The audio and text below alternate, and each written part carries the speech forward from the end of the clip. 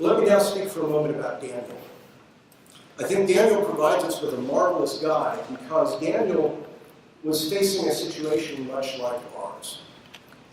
Daniel was moving from Jerusalem to Babylon. And I say that not pejoratively, but descriptively. Daniel had been living in a culture that reflected his understanding of absolute values, of the authority of God, of the value of religious worship. And he was taken much more forcibly than we're being moved into a culture in which there was a multiplicity of gods. There was a strong effort to strip away his identity as a believer in a unique God and to cause him to be co-opted by and embrace the values of the culture around him.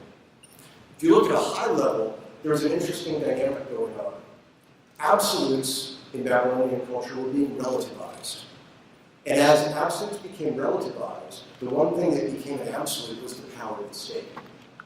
Daniel existed in that context, and yet had a profound impact as a follower of God. He can be a marvelous example for us. Now here I'd like to give just a special word to those of us in the Anglican Church in North America. Everything I've said so far is applicable broadly, but this is something for us.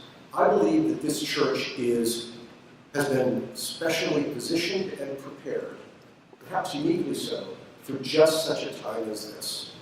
Now, if you think about it, the threats that we're facing, threats of clergy being required to do things that violate conscience, threats of being stripped of our property if we continue to follow Christ, threats of our priests having their property, their pensions, their livelihoods taken away.